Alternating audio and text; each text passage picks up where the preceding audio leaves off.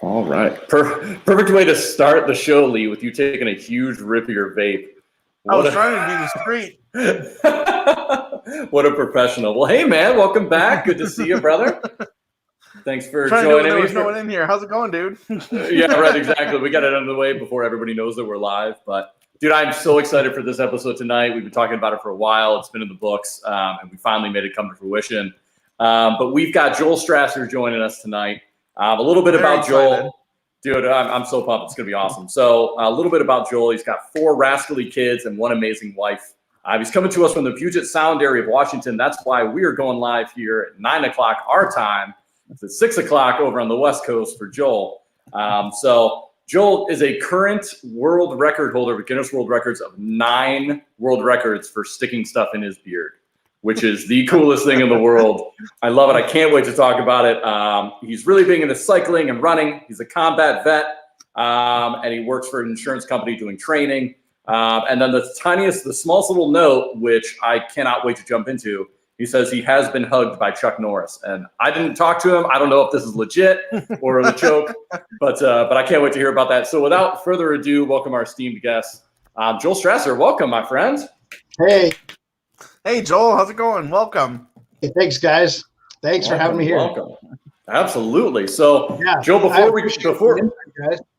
No, I can't. Again, this is funny. We talk about every episode. Whenever we can convince people to come on and hang out with us, we're always blown away when they say yes. So, thanks again. You're live now, so there's no backing out. But before all right, you got me. before we jump in, I wanted to tell you, because I didn't share with you how I kind of found you or how all this started. So it was again a very slow day at work, and I found myself on the Google, going down the rabbit hole, just searching random things. And one thing that came into my mind was super cool Guinness World Records, right? And bam, the second picture was you with the toothpicks. And it's on there. Anybody, if you Google like super cool or like awesome world records or like the craziest world records, no matter what it is, your name and face just kept coming up. I'm like, this is awesome. So it led me down to the rabbit hole. I started watching YouTube videos. I found you on Instagram, and I'm like, dude, we got to have this guy on the show. I think it'd be perfect. So my background, I've always loved, and I was telling Lee, like going to the Scholastic Book Fair as a kid and like spending every last dollar trying to make sure we got the newest edition of the Guinness World Record. And I think it was so cool. I saw the photo that you had with the 2020 and 2021 right there. That is like my dream, and I'm sure so many other kids' dreams to finally accomplish that. So tell me, what started all of this to decide, hey, I'm gonna try and set or beat a Guinness World Record? Where did that thought come from? Well, I mean, just like you, I loved the Guinness World Record book as a kid. I always checked it out from the library. I would thumb through them.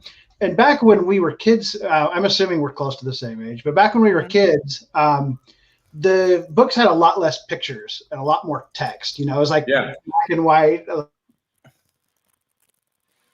like paperbacks and stuff. Sure. And they've really stepped their game up this century, I guess, with a lot of pictures and stuff. But I always had this dream of being in the Guinness World Record book, and it was like a dream that faded away as I got older. Like I didn't think about it so much anymore. But this idea just kind of came into my mind when this was about 5 years ago. I was like I am still. I was a trainer at an insurance company. I have a classroom full of students, right? Mm-hmm. And sometimes in the afternoon, when the material gets kind of dry, like after lunch, they get kind of bored because, let's face it, we're talking about insurance, which is not riveting. It's kind of hard to hold the room there, I'm sure. Yeah. Very titillating subject. I would sometimes just walk around the class and just without saying anything, just like stick a pencil in my beard or a couple pencils in my beard and just pretend like I don't know it's there, just to see who's paying attention. And it became a thing that they would watch for. And then one of the people in the class was like, I wonder how many pencils you could fit in your beard. And he's like, he looked it up and he's like, there's got to be a world record for this. Well, there wasn't a world record for pencils, but there was a world record for toothpicks. Mm-hmm. And it was like 3,100 and change. Okay. And I'm like, okay, that's never going to happen ever. And so I just kind of like forgot about it, or tried to forget about it. And also at the time, my beard was much shorter. It was more like that, Mm-hmm. But as the years kind of went by after that and my beard got longer, I was just like, what if? So I tried one time to see how many toothpicks I could get in my beard. And on my first attempt, I got over 3,000. Get out of here. Wow, that's insane. And it took me a couple hours, I think maybe 2.5 Yeah. hours. Oh, for sure. But I was like, I'm close to the record. Like, this could possibly happen, Yeah. So the seed was planted, and then I just had to, practice and get better at it. Now, and if you look up the guy who held the toothpick record before me, I am still shocked that I beat his record, because the guy, his name is Jeff Langham. He's a world beard and mustache champion. Mm-hmm. His beard makes this beard look like a goatee or like a soul patch. Yeah. It's way out. It's way long. It's just amazing. And so that's part of the reason why I thought I'd never be able to beat that record. Mm-hmm. When I saw it, I'm like, there's no way. But what I found is it's all about the tactic, the strategy. If you can weave the toothpicks, if you can make it into a structure that holds itself together, then you can build it out. And that's what I did. And so it came down to just having a better strategy, even though I didn't have a better beard. Yeah. So that started it off. And then I thought, one world record. I didn't ever think I was going to break multiple world records. I thought, okay, this is cool. I got a world record. But a couple of years ago, before the 2020 book came out, while it was in production, the Guinness people sent a crew out to my home here in Washington to do a photo shoot. And it was neat to have these British guys come out to my house and do a full photo shoot of me doing the toothpicks. And one side note, in my garage, I had like a football sitting there. And once they got all the cameras set up and I was putting the toothpicks in, after like an hour and a half, they're like, okay, this is going to be another hour and a half before he's done. So they're like, we got our cameras rolled. Can we just take your football out in the street? And I'm like, yeah. And get out of here. People trying to throw a football was kind of humorous because they don't have how a football is thrown. They use feet for soccer, Right. So, oh man. They challenged me though while they were there. They're like, "What's your next record? What are you going to do next? When are we going to see you again?" And I'm like, "Huh? You mean I could break 4 records?" Right. And so that planted another seed. And so then I was putting the most straws in my beard and the most chopsticks and on and on. So it became like a thing. And I have 9 records now, and I've had this goal to break 10. So my 10th record should come up. I think I'm going to break it next month. So next month, right on. Do we get the insider scoop at all on what that 10th record is? I mean, it's going to be different than the other ones I've done. All the others have been the most of something in a beard. Mm-hmm. This one I'm going to attempt is the most toothpicks in a beard in 1 minute. So it won't look as visually stunning as all the other ones I've done, but it'll just be the most I can cram in there in a minute. Holy cow! What's your? Do you have a favorite? Do you have a favorite that you've done? I mean, the toothpicks is probably the most like visually impressive. I'm guessing. So to me, the toothpicks is totally. I think it looks cool. If you haven't seen, if anybody watching or listening hasn't seen it, just Google it because everyone always says it looks different than they were expecting. Mm-hmm. Yeah. But yeah, the toothpicks looks really cool, but I think my favorite one was chopsticks. And the reason, well, I don't know. There's different reasons for different ones. I can't even say that's my favorite, but I'm thinking of chopsticks when you ask me that because it's just so big. It's like, it's just such a massive thing and it hangs way down. And in the picture of me with all the chopsticks in my beard, when I see the picture, I can't believe I was able to get that many in without it falling apart. Sure. I'm just like, I can't remember how many it is. It's 500 and change chopsticks. Mm-hmm. Holy cow. It's just a lot. That's nuts. I was going to say, like, seeing some of the photos, right, it's got to be surreal, too. And nobody expects, like you said, like 2 or 3 hours long of having to put all this in. Like, this is like blood, sweat, and tears going into this, right? I can only imagine the toothpicks, like how many tiny little stabs, right? Like death by 1,000 cuts are going on there. Yeah, it's like a bed of nails on your face with the toothpicks. But, Yeah, it's very much porcupine like. yeah, When you look at the picture of you, for sure. Yep. I think that's the one we used for the last post was for today. I think on our Instagram, the one with the toothpicks is the one I found on there. Now, Yeah, I saw that, and it is one of the pictures that the Guinness crew took that day that I was talking. Oh, very cool. Yeah. Yeah. Well, tell me about I've looked into this now because you've inspired me of rekindled this flame of trying to find a world record to break, and I've got my eye on one, but the process, right, of going through and like contacting Guinness, and how long or what was that process like for you, at least initially? Because I'm sure once you did the first one, it's probably a little bit easier to get a hold of those guys and get them to look at you. But how long and what was the process like initially to getting those guys out to officially adjudicate your world record? Good word. You used the Yeah, word. that's a 12-point Scrabble word right there, man. But you're right. It gets easier after you break the first one, especially if you build a relationship with them, which I did. Yeah. But to start, you go on the website, you search for a record that you want to break, and then you apply for that record. You have to create a little account. It's free. Yeah. You apply, but it takes months to get your application approved. You can pay if you want to for the premium service, and they'll rush it through. But if you want to do the free method, you apply and then you just wait. And then 3 months later, as long as everything on your application looks good, you get a notice that your application is approved, and now you can officially attempt that record. Hopefully by this point, you've already unofficially broke it yourself, right? You can do it.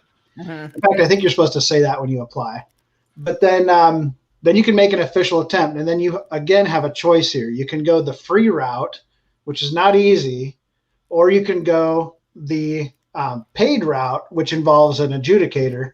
And you've seen the videos on YouTube where the adjudicator comes out, they got a clipboard, they got the suit, and they're very proper and very they don't really have a sense of humor because they're just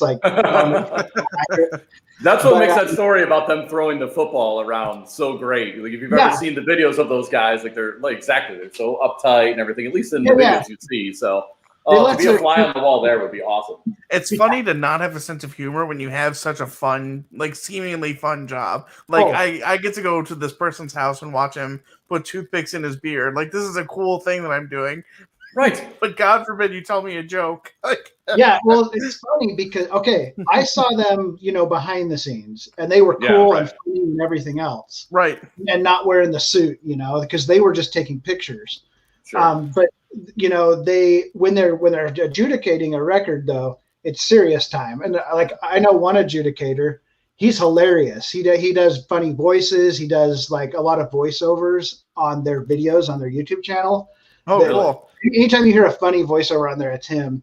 But when he's adjudicating a record, which he has adjudicated one of mine before, he's super serious. He's like, now I'm putting on the official suit, and I have to be uptight or whatever, But so going back to the method, once your application's approved, you get to pay for an adjudicator, which is not cheap, or you can do it on your own for free. But if you do it on your own, there's all this evidence you have to provide, multiple camera angles of a nonstop video, no cuts or whatever, witnesses, official witnesses who fill out paperwork, a lot of paperwork you fill out. It has to be, the COVID rules are relaxed a little bit, but it used to be, it had to be in a public venue and all those different things. It's got a little easier because of COVID. You can actually do it at your house now as long as you follow other rules. So there's a stack of rules. Sure. Yeah. Then you put in all that evidence once you've finished the record, and then you wait 4 months again. And then after they've reviewed it, because again, you're going the free route, so you're not. Yeah. Once they reviewed it, you get an email. It's congratulations, you beat the record. And so I did it that way the first time, but then once I built that relationship, it became easier. They would sometimes front load. They haven't done this with all of mine, but they'd front load my application and my review of all my stuff. For I think more than half of them, they've done that for me. Just because they're cool, So sure. Well, Joel, you'll have to put in a good word for me. I'll name drop you when I put in my application. All right. Are you going to disclose what record you've got your eye on? So the one that I found, and this is again just on crazy Google searching. So, and admittedly, I took the easy road out, and I'm like, okay, what's the easiest world record to break? And the one that I found, which I actually feel like I have the skill for, which is most Smarties or M&Ms eaten with chopsticks while blindfolded in a minute. Ooh. So the Smarties or M&Ms with the chopsticks in a minute is actually a pretty astounding number.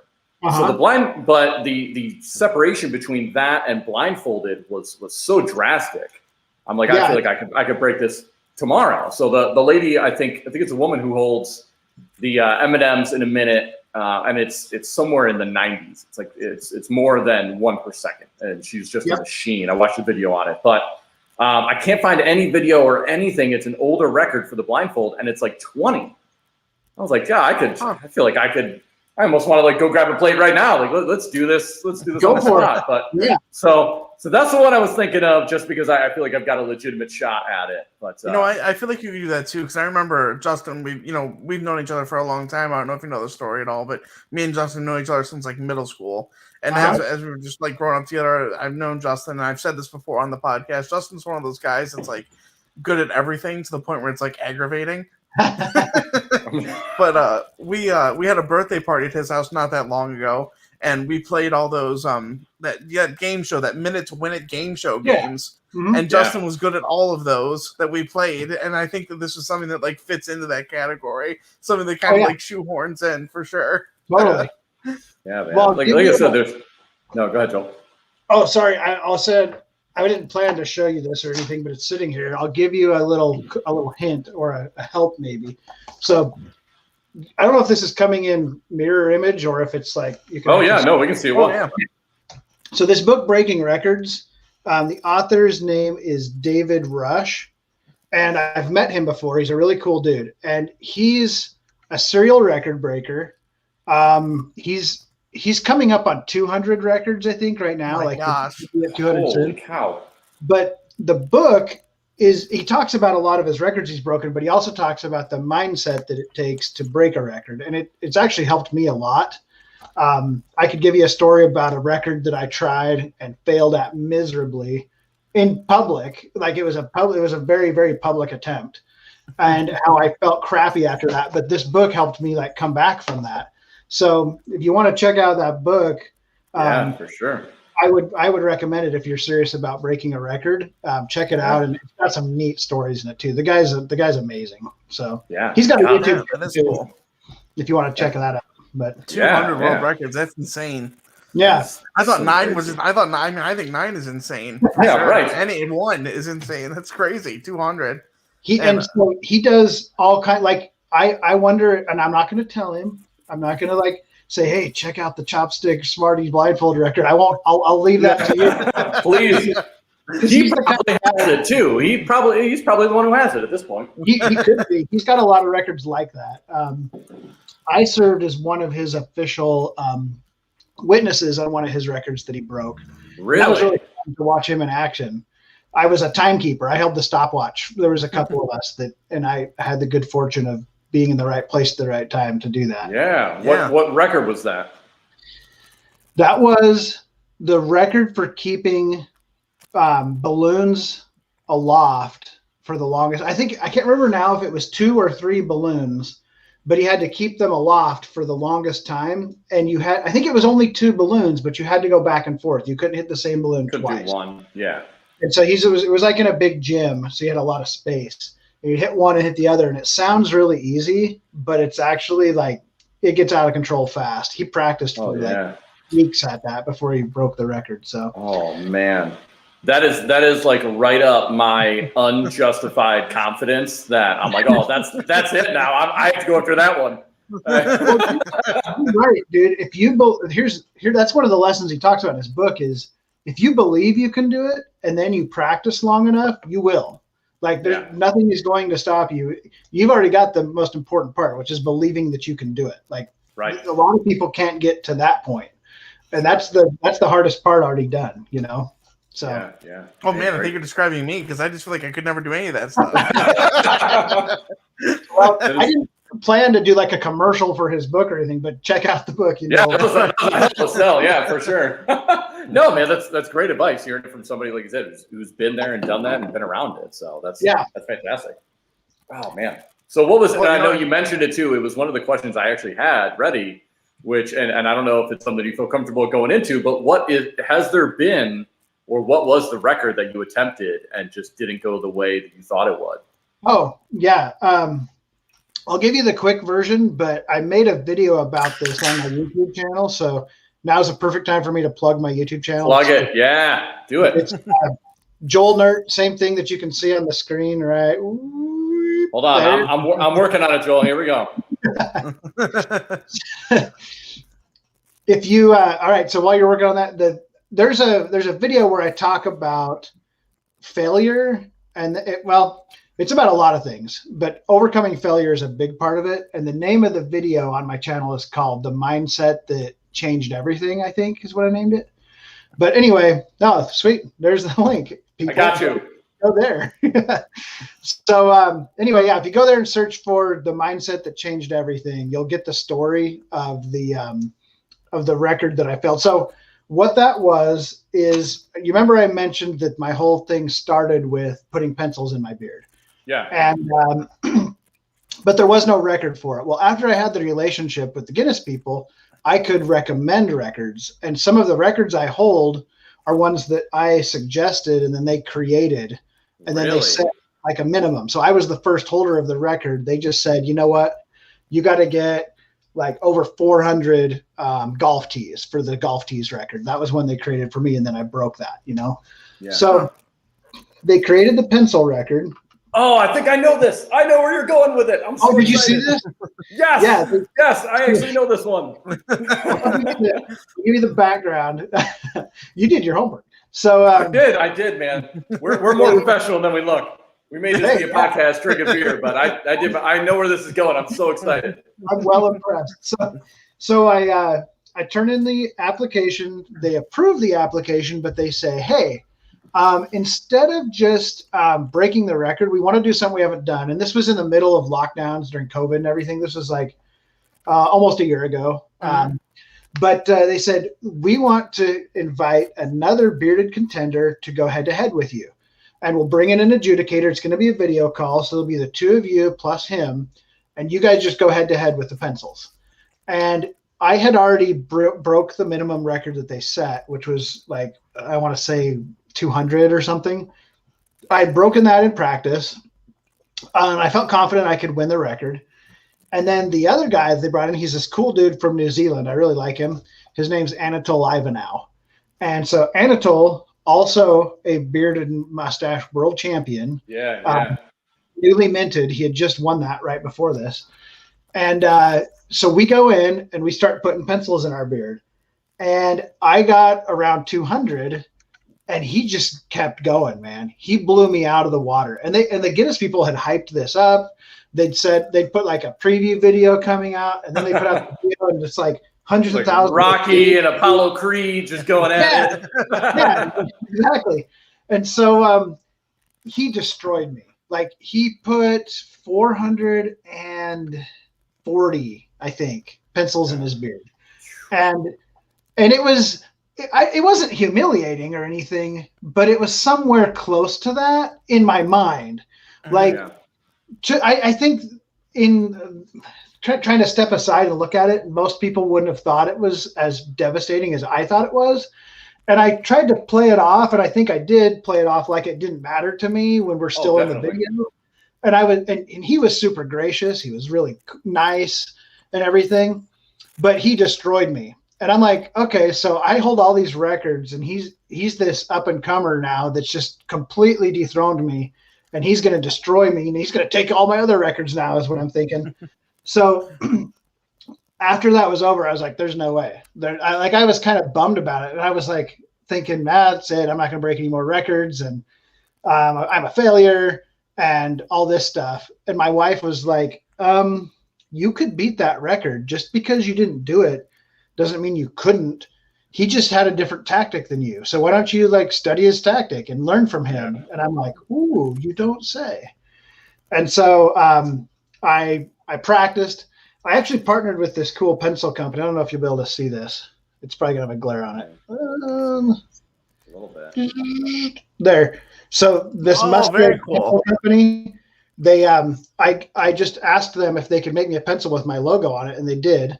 And this is one of the pencils I use. Yeah. That's how you know. That's how you know you made it, man. Yeah, exactly.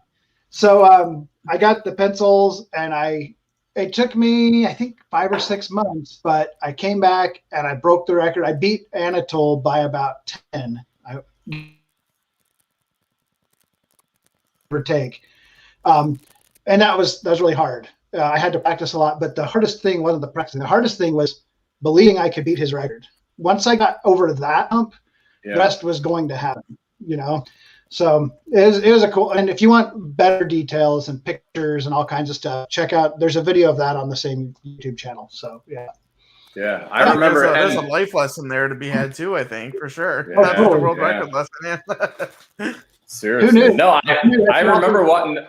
Yeah, no, that was part of my research tonight. Was I remember I came across that video, and I remember not to kick you while you're down or anything from that. Now that you came back and beat it, but I remember watching that and seeing like you're just like having a blast, just throwing them in there, and I'm watching them just like so regimented and just like layering these things up. I was like, oh my gosh, and then it was insane. So. That's really cool. Of like Lee said, it's such a cool world life lesson of, hey man, I had this defeat. How do I go back and how do I get it? So that's awesome. I love the fact that you took that and spun it and came back and beat it. So that's fantastic, man. Congrats. Yeah, totally. And I'm really glad that you brought that up too, because I was in no way prepared to try and attempt how to say his name. So I'm really glad that you took that one for me. Yeah, you're welcome. Yeah, that guy's he's a cool dude, and he backstory on him too. He wanted to break a world record, and so I think my second world record was most straws in a beard, and so he thought I'm going to attempt that one, and he did. He attempted it, and he beat my record sort of like. I had used plastic straws when I set the record, and he beat the record with paper straws. And when he submitted all his evidence, it was for the same record because the record just said straws, right? Okay. Most straws in a beard. He submitted that to the Guinness people, and when they got it, they said no. They said let's make a new category called most paper straws in a beard. So he didn't actually beat my record; they just created a new record for him, and then. I went and broke that one. I hope he doesn't hate me. I love the sportsmanship, but I am so petty that I would be the exact same way. I'm like, oh man, congrats, you got the record. I beat it, but good job. That's great. And what's nuts too, and really a testament to you, Joel, is from watching that video, is that Anatole's beard is probably twice the length. Yeah, he is right. I mean, it's massive. Yeah, it's crazy. So, how long did you? So, is the whole beard thing? How long have you had the beard? Is it always been this thing? Is there any crazy photos that we can find of old school Joel rocking no beard, or has it always been a whole part of you? I guess. Well, I mean. I guess I should say that I was born with a beard, so you'll never find a photo. It's like Lee. Yeah. No, actually, I think the reason I grew a beard and then grew a long beard was because there was a long period of time when I couldn't grow a beard due to different restrictions I was under. When I was in the Army, I couldn't grow a beard. Obviously, that only the cool Special Forces guys get to have beards, of which I was not. And then I went to a private school that had a strict dress code and a strict facial hair rule. So I wasn't able to have a beard then. So you put that long period of my life from like age, like 19 through, I don't know, 25, something like that. 26, 27, but there was this time when I couldn't have a beard. So as soon as I could, I just did, and I never looked back really. But I made, if you want to find a picture of me sans beard, I've made a Veterans Day video. Again, I'm looking for any excuse I can to plug my YouTube channel, obviously. You can go on my YouTube channel and look for the Veterans Day tribute video I did. You'll see pictures of me on there with no beard. I think that's the only way you could probably find one. So, yep. Well, that's awesome. Well, hey, thank you for your service, sir.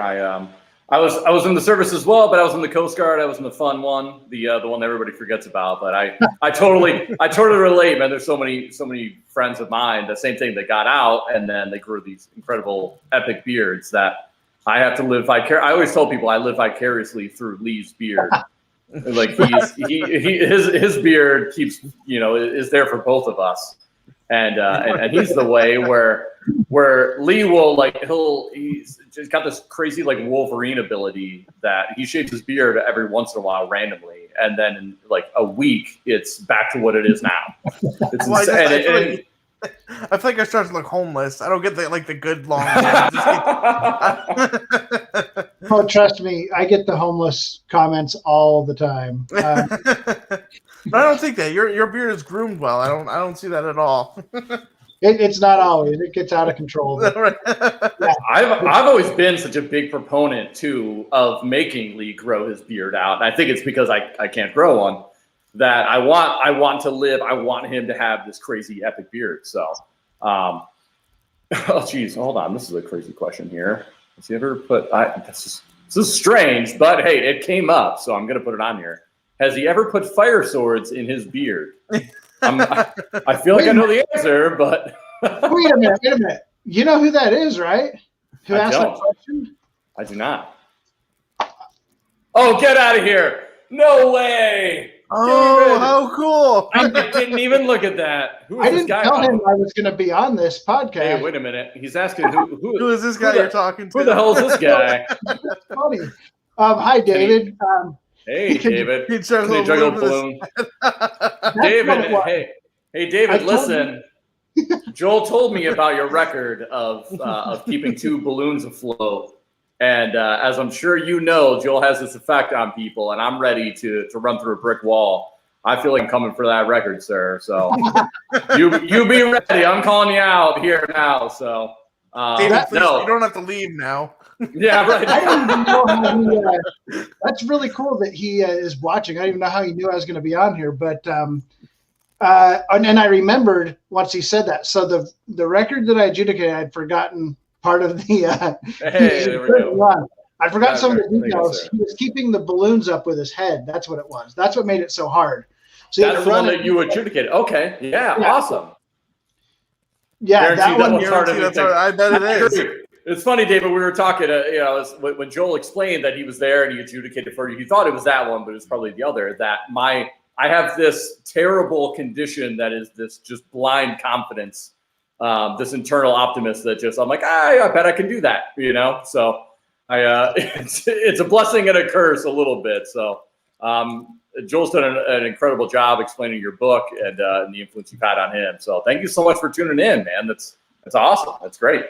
I think he would say that confidence, kind of like I was saying a minute ago. I mean, like I said, I kind of learned that from him, from reading the book, from how that helped me get past my big failure.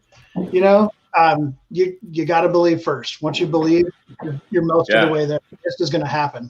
So here we go. Yeah, more words of wisdom from David. Confidence is key, but when you fail, don't give up. And I'm sure you can do it. Awesome. Hey, fantastic. Thank you, sir. That means a lot coming from you. That's awesome. And you guys were talking about earlier that you guys just gone to the library and were reading books and stuff. And I give Justin a lot of crap about this all the time. Justin's nose was actually in the Guinness Book of World Records at one point, and then the librarian asked him to take him out of it. So I need to know about this. No. I was just making a stupid joke. I said the librarian asked him to take it out. There it is. I love it. So Joel, you're not familiar, but that is a long time coming. We always find a way to bag on Lee every episode. So I'm glad that you're finally giving it back. But Excellent. oh man. Well, hey, not to switch topics, but I know you're a man of many talents besides the incredible beard and the accomplishments you got there. But I also know that you happen to be an official Pepsi aficionado, if you will. Oh yes. And so coming from a man who's got the credentials to back it up, why is Pepsi greater than Coke? Simple. Pepsi tastes good and Coke tastes like diarrhea. That's just kind of it's no more or less complicated than that. Oh man, I love it. Why would you say something so bold yet so controversial? No, I mean, you got to be in the minority, but I kind of agree with you. I mean, this is funny. I actually did research of like, why is Pepsi better than Coke and all that. So, what did you find? So the first thing that came up on the Google search is that Pepsi has more sugar, sweeter, more calories, just like more in your face, got the citrus besides just like the vanilla flavor of Coke. But I've seen, there's a couple. I was scrolling through your Instagram, and I know you got a couple of YouTube videos as well. But why take that stance on the opposite side? I feel like most people kind of go with the flow. Kind of everybody's like on Team Coke. But what launched this Pepsi obsession of putting out there with Team Pepsi? I guess I always preferred Pepsi. But that was really solidified when I lived in Atlanta, or the Atlanta area, because that's the headquarters of Coke, and everyone love it. Everyone loves it so much there. Coke to them is more than just I don't know. It's at a different level than most people think of soda, and I started feeling bad for them. I was like, wow, you guys think you have to like this just because you're from here. Right. And that's really unfortunate. I like my heart breaks for you that it's ingrained in your culture that you have to like this inferior product. So that I would good-naturedly tease people all the time, and sometimes not good-naturedly, but I would give people crap about that all the time. It's like, man, I just pity you. I'm like Mr. T. I pity the fool who thinks that Coke tastes better than Pepsi, and it just kind of grew from there. And It's fun. You got to have something to hate. I think that everyone should have one thing that they can just count on hating, and for me, it's Coke. So I love it. I'm so with you there. That's fantastic. Lee, you had a couple of Pepsi-related questions, didn't you? There. Well, I guess just talking about Pepsi, or my favorite Pepsi product, I guess, makes it my favorite soda or pop. We're from Northeast Ohio, so it's pop in like the one area of the country. I drink my drink of choice when I'm not drinking beer or coffee is Diet Mountain Dew.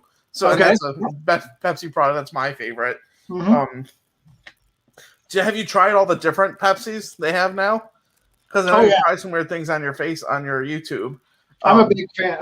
I'm drinking pineapple Pepsi today. Oh, I've never seen that before. Where do you find pineapple Pepsi? It's only available in limited areas. They don't even make it, or they don't sell it or make it in this part of Washington. But I'm from Boise, Idaho, and when I go there to visit, it's available there, and I'll stock up. Really? And then this one, look how prepared I am. I didn't even know you were going to ask me this question, but obviously, this one is Pepsi Fire. I've seen that before. But I've never seen the pineapple one. Yeah, what is Pepsi Fire? It was a super limited run, and they made it in 2017.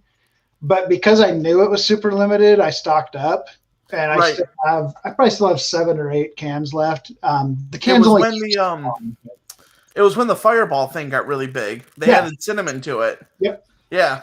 It tastes like to me. It tastes like a. Do you remember the what were they called? They're Jolly Ranchers that were like a cinnamon fire. Rancher. Hot tamales. Well, that too. It's very similar to that. It tastes like that and Pepsi together. So they had a sweepstakes recently where they created like a super limited run of 2 different Pepsis. And I always try to.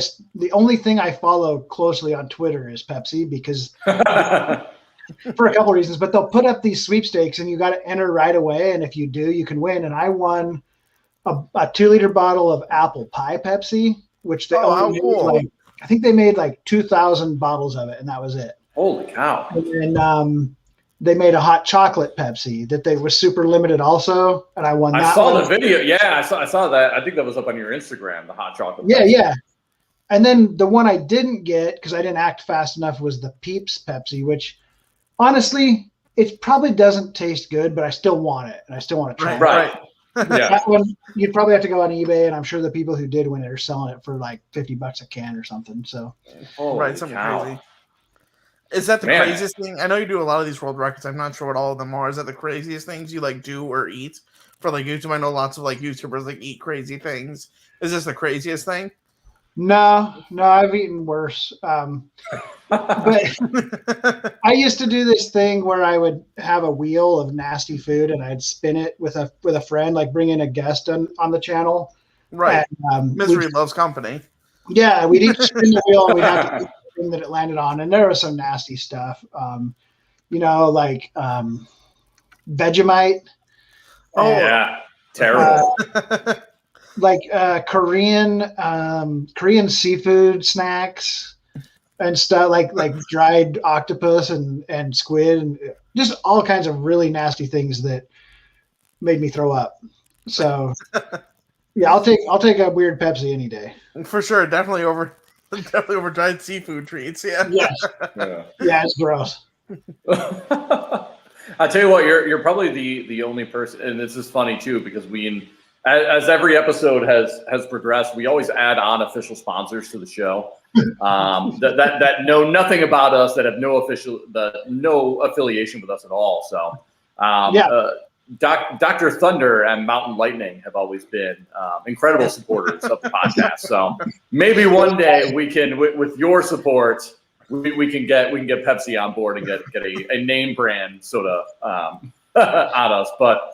What's crazy to me too is I saw the other day, it might have been either yesterday or the day before, I saw on your Instagram as well, and you mentioned in your bio that it's crazy to see somebody who enjoys pop, because that's what I'll say for me and Lee here in the Midwest.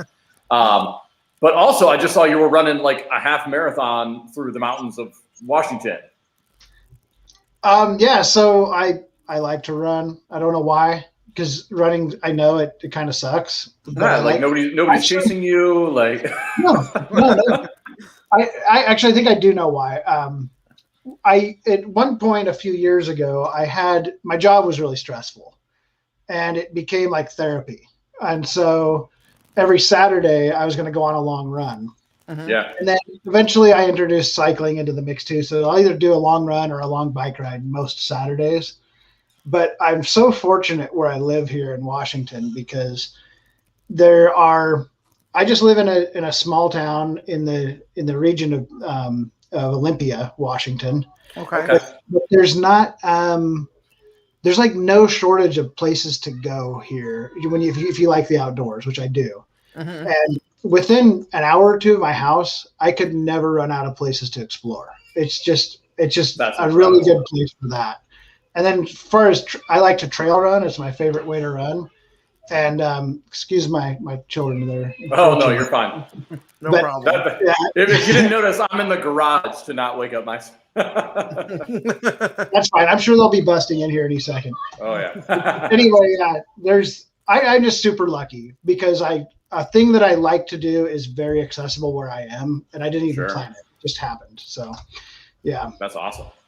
No, I think you hit the nail on the head for a lot of people too. I mean, you can't replace that endorphin rush you get from exercise, and especially in such a beautiful area where you're at in Washington. So yeah, I did see the other day though. I don't think it was Washington, but I know they're there. But I don't know if it came across. If you saw, this is super random, but the video of a hiker with a mountain lion just following him on the trail. Did you see that? Yeah, that was down in Utah. Oh my God, dude! I can't believe how just incredibly calm that guy was the entire time. Yep. So this mountain lion is like stalking this guy. He's walking backwards, clearly. Yep. What with his video camera and everything. He would have been done for. Oh yeah, and every once in a while, and it just like a normal like house cat would, like how it runs up on it, and then just like stops, and this thing just like charges him and then backs up for like it's like 10 minutes long, and this thing just following down the trail. Like that is the one thing that is nice about living in Ohio, that we don't really have to worry about any of that. No, like, nothing like that. We can go for a trail run, and the only thing that's going to happen is a Charlie horse. You know, we don't have to worry about getting attacked by a mountain lion. So there are bobcats. So did you guys see that video just recently? It was posted. There was that video of the bobcat that attacked that lady. I mean, it wasn't in the driveway, right? Yes, yeah. The cat was under the car, and then the bobcat, it just jumps out from underneath the car and like latches onto the woman. And then right away the husband runs over, grabs it, and like is holding it like this and throws it. Dude, and then he pulls out his gun. He doesn't shoot it. Yeah, he just eats it. Yeah. He pulls the gun, but he doesn't shoot it. The cat just ran away. It's crazy because people think bobcats are so big, but they're only a few pounds larger than like a house cat. You know? Yeah, they're just vicious. Yeah. And that guy, I loved how he transformed. Like at the start of the video. He goes out, he's like waving at the dogger, hey, how's it going? And then when the cat attacks, he just snaps and he's like, he hulks out. It was really cool. Yeah, it was. I agree. That guy is so much more badass and brave than me. Like I'd have been out of there. Like, hope you're all right, wife. See ya. Yeah. So the place that I run really close to my town here, like I can run to this place from my house, and then I'm just in the mountains, kind of away from anybody.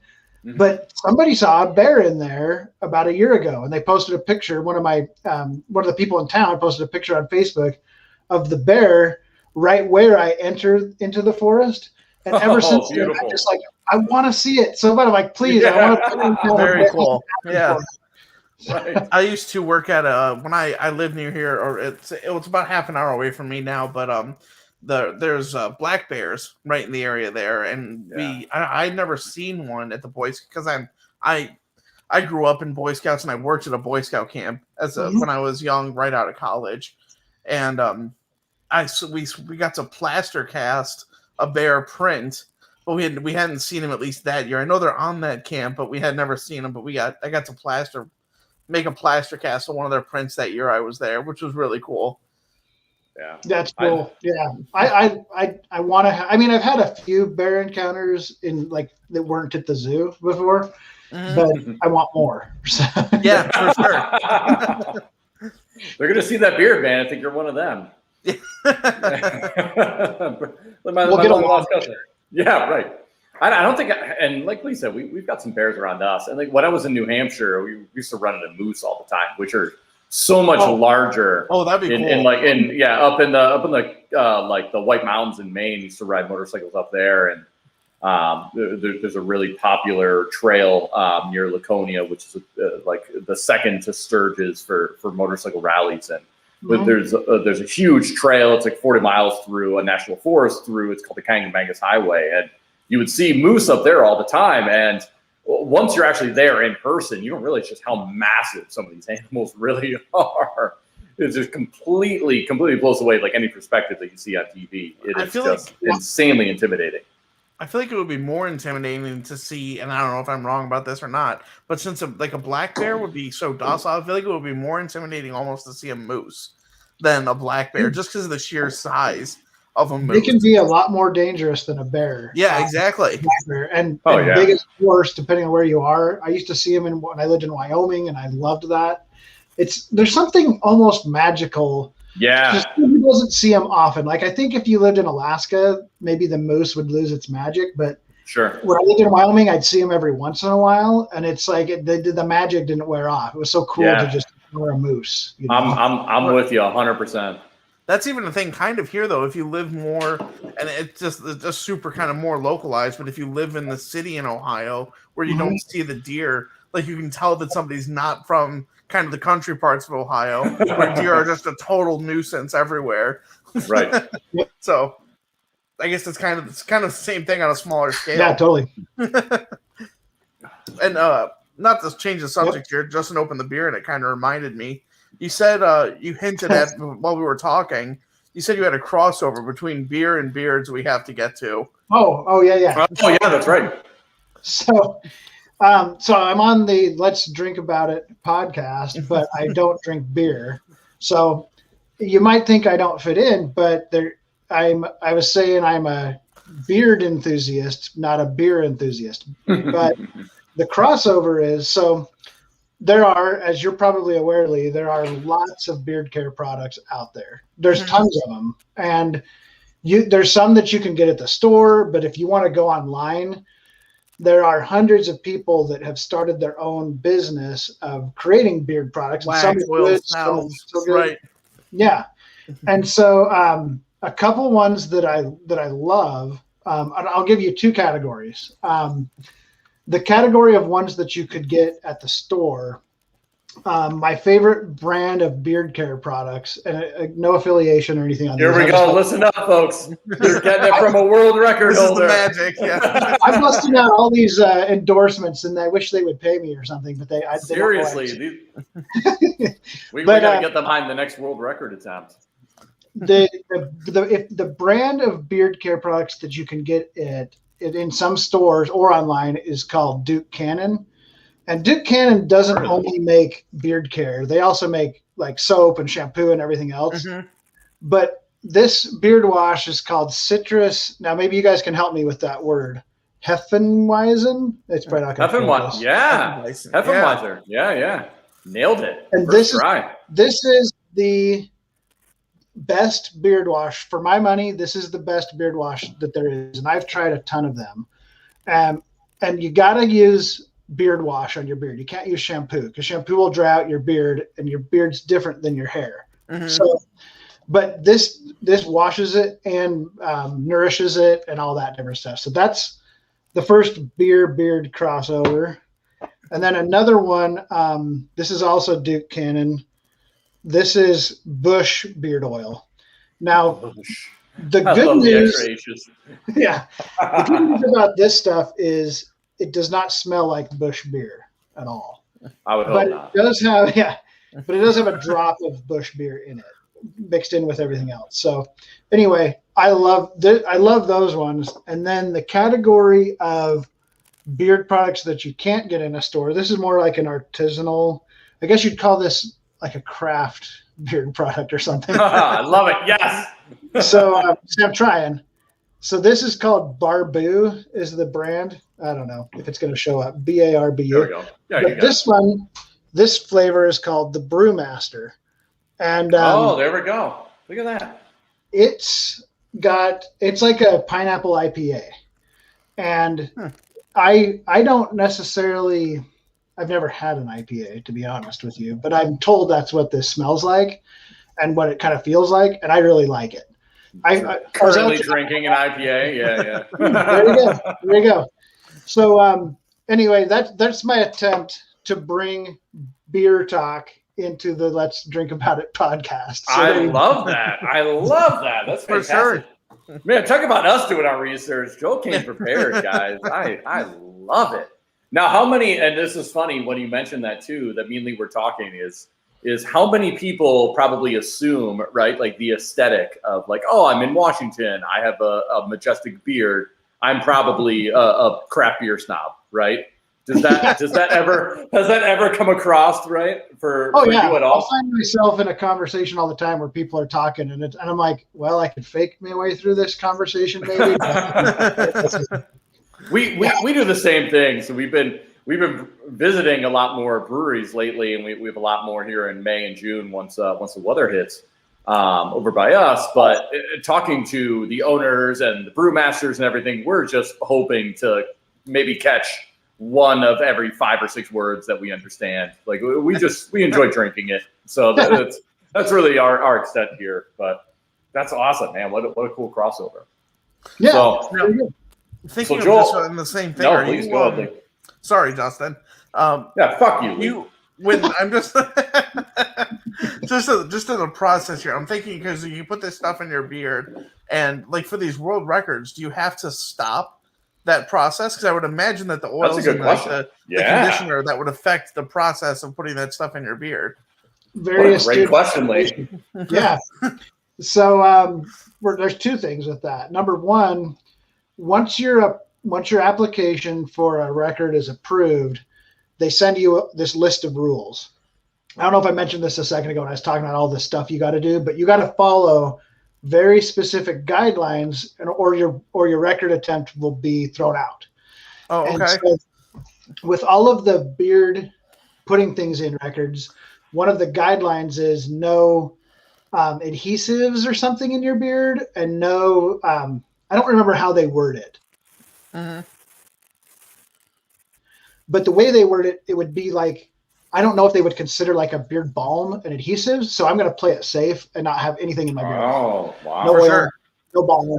It's just a dry beard. But no performance enhancing. exactly. I'm not going to juice my beard, but Yeah, right, no juicing. Yeah. I actually think it's better that way because stuff will slip if it's greasy. Right, exactly. That was my thought. Right. So that's the other thing is I wouldn't want to like it would probably make it harder if I did for that. Sure. So, yeah. Man, what a great observation, Lee. That is something that a unbearded man like myself would never have thought of. I love that. Lee, I hope that this serves as inspiration for you to continue to grow your beard out. A few months, yeah. Yeah. How long does it take to get there for you? I mean, you said you've been like that for a long time. How long did it take to get down there? It's hard to say because I trim it, sometimes. Sure.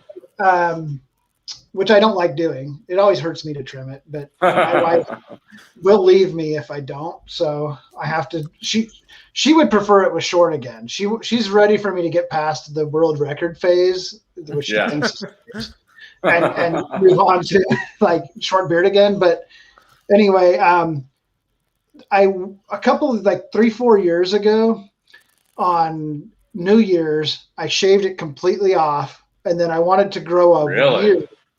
Yeah, and it was weird. I looked really stupid for a few days. The point was I wanted to grow a beard, the year-long beard with no trim or nothing. Mm-hmm. So I started January 1st, and by December 31st, it was almost this long. It was probably like to about there-ish. Yeah. Wow. But that coincides with my first attempt at the toothpick record. I did that the following end of December, like right before I hit the year mark was when I attempted that first toothpick thing. Wow. So it kind of plays together. But to grow it this long from scratch, from nothing, would probably take me about, 16, 17 months. I don't know. Something like that. Huh. Jesus. Wow, I'm not sure what the resolution is here, but I've been going for like 3 or 4 months. I'm not sure what you guys can see. I see that soul patch. It's the soul patch is the only thing that keeps me from looking like I'm 15 years old. is the only thing I'll keep around. It's funny that I shave every day for the fact that it comes in all patchy. It's so terrible. It truly is. So I shave every day because it's so bad. Like, oh, well, I just like the look, But in actuality, if I let it go for a week, oh God, it looks terrible. Like I said, I'm like, there's just no shape. My only chance is, like you mentioned before, is some mascara, and that's about it. So, Oh man. Well, hey Joel. Now, again, because we're professionals as we are, and we've got incredible transitions in every question that we ask, but. There's one question that we decided is going to be the question that we ask every guest now, a couple of episodes deep once we started this podcast. And I want to get your take on it. It's my favorite question that we always ask everybody now, which is, what is one musical album, right, that comes to mind when I say this, right? In our mind, me and Lee are big music heads. That is a perfect album from start to finish, right? Something that you don't put on and then you immediately go to track 3 and then you gotta jump back around over here, right? This could be the best album of all time to you. This could be something that you're listening to recently. But what is a great album or a perfect album that you just, you put on the record player, you drop the cassette in, you put the CD in, whatever it is, you push play and you don't mess with it. What comes to mind when I was describing that for you? I appreciate you wording that and then rewording it because I didn't know this question was coming, but you gave me time to kind of formulate a little bit. As you were So this is funny too. This is not the multiple IPAs I've been drinking talking. I specifically try and like extend that question out because I watch, and why it's our favorite question to ask is as we're saying it, you can like see people kind of light up and think about it, right? And they're like, oh, maybe this, maybe that, and then it finally kind of hits. So we purposely always try and stream that question out a little bit. Okay, well, you nailed the posing of the question. I'll tell you that. I appreciate it. Thank you so much. All right, so I think there's one clear. Okay, I could give you 10. I could give you 15. But for me, there's one where the cream rises to the top when it comes to a complete album, and that's got to be the album Pinkerton by Weezer. Oh, wow. What a great answer. I like Weezer. Weezer is one of my favorite bands, but most of their albums, there's one or two songs that I could give or take, or take or leave, or however you say that. Sure. But Pinkerton was their second album. It came out in like 96 or 95, I want to say. And it's so, to me, it's reached like a cult status. And I don't know how many times I've done exactly what you said, where I've just listened to the whole album all the way through. Sure. But I've done it a lot, most likely more than the other album. And the album kind of tells a story. Because it was initially written as kind of a rock opera. And so it sort of tells a story, but it not completely, because they took some of the songs out that were part of that rock opera. They put only the best ones in for the album. Really? Each song on that album speaks to me, though. Like, and not only that, but I remember it brings back a lot of good memories, like good music will. Because it'll tell you, for sure, you'll think about where you were during a certain playing of that song, or one of the times that you heard it, or the time that it clicked with you the most, or whatever. And so that whole album does it for me. So Pinkerton by Weezer. I love it. What a great answer. It truly is our favorite question to answer, to ask anybody. And I've actually started like implementing this into like my everyday life. Like, you know, I asked this question to my barber the other day too. And every time we ask this, it's so great to see like the description behind it, right? And that's what's so cool is music transcends everything else, you know, no matter where, and any walk of life, no matter where you come from, you know, everybody has that one thing that either it talks to you, or it's so hard to really put into words or into explanation. Sometimes you just like it because you like it, you know. So that's awesome. That is the first Weezer album we've had too, and I know me and Lee are both Weezer fans, so I like that one. Elevate the level of music. We've gotten everything. I mean, there's been a couple that that people, and it's the same thing. It's a hard question to answer because there's probably so many, right, that come to mind. But we've had a couple that are reoccurring ones. But it's always great that there's albums that we never really would have considered, right, or hadn't listened to from start to finish. And my favorite thing after whenever we do these episodes is the next day or whenever I get the opportunity is to put that album on and not mess with it and see what it is. So there's been a few of them, at least for me. I don't know about you, Lee, that I've now are in my like everyday rotation or so. Yeah, you know, for sure. They're on my shuffle now. That's awesome. You're making a musical discovery every time. That's cool. Yeah, for sure. Yeah. It's funny. Yeah, no, it's great. It's like I said, it's the one question we sat down too. It was probably, I don't know, maybe 4 or 5 episodes deep to like, what is going to be our like standalone question that we ask everybody, you know, whether it's just us or anybody like that. And like I said, me and Lee are big music heads, so that it was a natural and easy question for us. And we both like it because it's so different. You know, we get really heavy into this beer thing. You know, we've kind of pigeonholed that a little bit, but it gets a wider variety of people to, you know, just a different topic, and everybody can kind of associate with music. And as much as we love music, it really works. Yeah, it's weird. We've gone down this like weird rabbit hole of craft beer that this podcast never really had the intention to, but it's just kind of a weird niche that we've found ourselves in. But it's fantastic to kind of get back away from that a little bit in episodes like yourself joining us, where, you know, the whole reason why we we like good craft beer, but we like even better conversations, and we use the whole aspect of sitting down, at the bar and bellying up and having a beer and picking the brain of the guy next to you, right? And learning their stories and hearing about them. And everybody has a different story to tell. So we really appreciate you. Anybody who doesn't know, again, from the beginning, I kind of stalked Joel a little bit after a quick Google search, and I shot him I slid into his DMs, as the kids would say. That's what I would say. Which is 100% true. So I was like, hey, man, you've got an awesome story. I found you. I think it's incredible. You got to come join us. And he was all for it. So, Joel, thank you again for taking the time and hanging out with us. It's been awesome to hear your story. Yeah. Thank you, guys. Thank you very much. It's been fun talking to you. And Justin, I didn't say this before, but back at you. Thank you for your service in the Coast Guard. Oh, thank you. Thank you, sir. Yeah, you guys, awesome. Good conversations. Oh, I really appreciate that here. And as we go to closure, I just got one last question for you here. Is there anything that we didn't ask you that we should have, or what would you have asked you had you been sitting in our shoes? Okay. You mentioned this at the beginning, at the very start, but I'll give you the backstory. I have received a hug from Chuck Norris before. Oh my God! How did we forget about that? What the fuck? Oh, we're terrible. No, it's all forget good. about that. Okay, I am so glad that is true, because I would have been so mad if I found out it was a lie. Oh my God, we have to talk about this. How on earth did that happen? Okay, God, I'm so jealous. It's even better than that. There's another detail I'll get to, but I'll tell you the quick version here.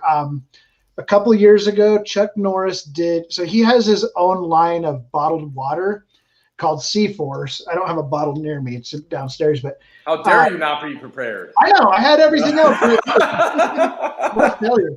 So C-Force water, he's got a spring on his own ranch in Texas. So the water is coming out of the ground at his own spring. And so in a way, you're kind of getting some of his power when you drink it. I would hope so. Right.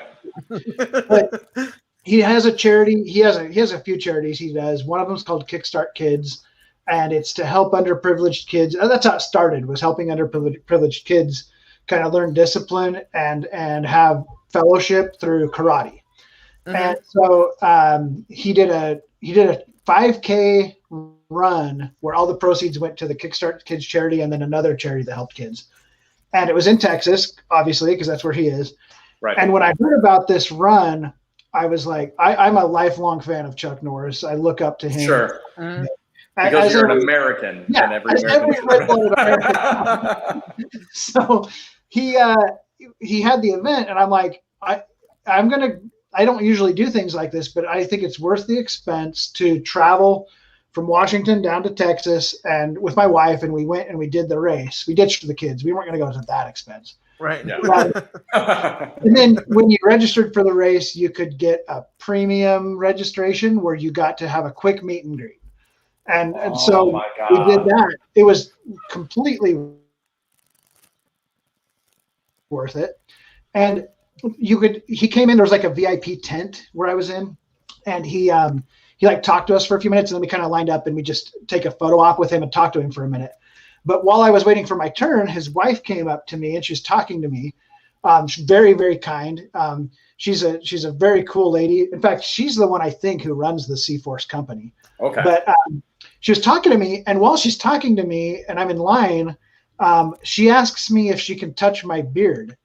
And it's kind of a strange request. I get that request every once in a while, but she was just cool. She's like, "That is a great beard. Can I touch your beard?" I'm like, "I guess so." I'm like fondling my beard, and I look over, I'm like, Chuck Norris is right there. Oh no! But I don't even know if he saw the beard fondle. But anyway, she's like, "That's really cool." And so then so that was the other detail I teased a minute ago, was that his wife got my beard. Then I get up to my turn in the line, and I'm talking to him for a minute. We got about almost a minute, maybe, each person to talk to him. And I told him, "Hey, when I was in the Army, you would come visit the troops a lot. And you came to Kuwait one time and you did a meet and greet with the troops, but I missed you by like 1 or 2 days. I showed up there in Kuwait right after you had left, and I was always so disappointed that I missed you because I always wanted to miss you. And he said, "Come here, give me a hug," and he just gave me this big old hug. Oh my God! And it was like the best moment of my life, probably. Oh sure. Oh my God, that's incredible. So. Yeah, that was neat. It was worth every effort and expense to make that trip down to Texas to get a hug from Chuck Norris. Oh my God, that's amazing. Yeah. What was that before or after any of the world records? You know what? I think it was during. I think that was after I had broken 1 or 2. Actually, I feel like that had to have given you an extra edge. I mean, we talked about the anti-doping, right? Of no performance enhancing drugs, but I feel like that probably gave you a little bit of edge. Getting that hug from Chuck Norris, and I'm sure it sucked him right in. Right. You mentioned that you didn't think that he saw the caressing of the beard, and I'm sure he didn't because you are alive here with us today. Right. So. The man could have ended me just by thinking it if he wanted to. Right. Oh my God. He was very, very kind and gracious. You hear about sometimes like Hollywood types, like not being so cool when you meet them or in real life or whatever. He was one of the nicest people ever. So gracious, so kind. He wanted to meet everybody. He wanted to spend more time, but his handlers were trying to move the event along. So if not for them, he would have just stayed with us all day, That's awesome. I love hearing that too, man. They always say like don't meet your heroes, but I feel like I think everybody would agree he probably is like that, and it's great to hear like some confirmation that he was just a genuine human being. That's fantastic. Even better than I could have imagined. Oh my God, that's great! Wow. Well, so Joel, you don't know, but every episode we always drop it on Lee to give us our closing. So I always do our intro. Lee always does our closing, but before that, I know we've got the scrolling on the bottom going, and we plugged a couple times. But please, the last thing we're going to do before we close out the show here is we want to roll out the red carpet for you. Let everybody know what you got going on, where they can follow you, where they can see your content. Plug anything you want here, sir, and then Lee will close us, and we will call it a night. All right, so you can see the YouTube's scrolling down there. Check it out. I put stupid videos on YouTube pretty regularly. How do I sum up my YouTube channel quickly? It's what I think is cool. So I think that the secret of my success and the reason I will never be successful is because I just put whatever I'm interested in on my channel. And sometimes it really hits and people love it. And sometimes people are like, this guy's a weirdo. But I think that's pretty much true for all of it. But I decided a long time ago on YouTube, I'm not going to try to put out something. I have before attempted to put out a video for the purpose of getting views, and it felt gross, Yeah. That's not what I want to do. So I will often put out videos that have little secrets in them and things that I think would really draw someone in, but they're not, you wouldn't know it until you watched it 3 or 4 minutes in, because I hate the idea of like clickbaiting somebody, you know? Sure. But anyway, that's my YouTube channel. If you want to check it out, knock yourself out. It'll make you smarter. No, I was not going to do that, but it'll entertain you. And then the Instagram has the same name, Joel Nert. So there you go. Hey, real quick too, before we jump in, I've wanted to ask you this before, but I didn't. What is Joel Nert? I made that handle forever ago when I never thought it was going to be a thing. So you do things, then later on people ask you what they mean. You're like, it's really stupid, actually. But nerd is a word that my brother and I always say to each other to make fun of that. It's like an inside joke. So if somebody does something stupid, the other one will say to them, nerd. like that. Nerd. So yes. that's where that came from. It doesn't really mean anything to anyone except like me and my brother and a few close friends. I love it. Oh, that's fantastic. That's great. Man, that's awesome. All right, Lee, on you, my friend. Close out the show, sir, with your patent closing every time. Yeah, right. First time, every time. Right. Thank you guys for listening. We really appreciate it. Don't forget to like and subscribe. Follow us on YouTube as well as Joel Nert. Check us out on wherever you get your podcast, Apple, Spotify, Anchor. Like and subscribe on Instagram and Facebook. Leave a message or a comment or a review wherever you get us. It means a lot to us. And thanks again for listening. And thanks again for listening. It means the world to us. And as always, we'll see you guys next week. Have a good night. Bye-bye. Thanks, guys. See you later.